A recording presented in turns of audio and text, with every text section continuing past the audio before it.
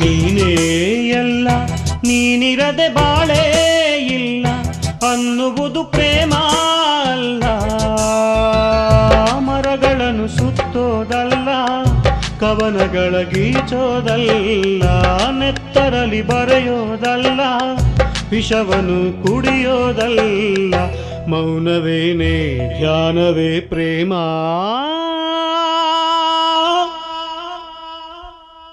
ಅವನಲ್ಲಿ ಇವಳಲ್ಲಿ ಮಾತಿಲ್ಲ, ಕಥೆಯಿಲ್ಲ.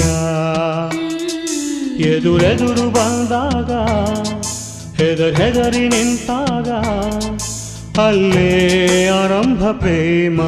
ಅವನಲ್ಲಿ ಇವಳಲ್ಲಿ ಮಾತಿಲ್ಲ, ಕಥೆಯಿಲ್ಲ.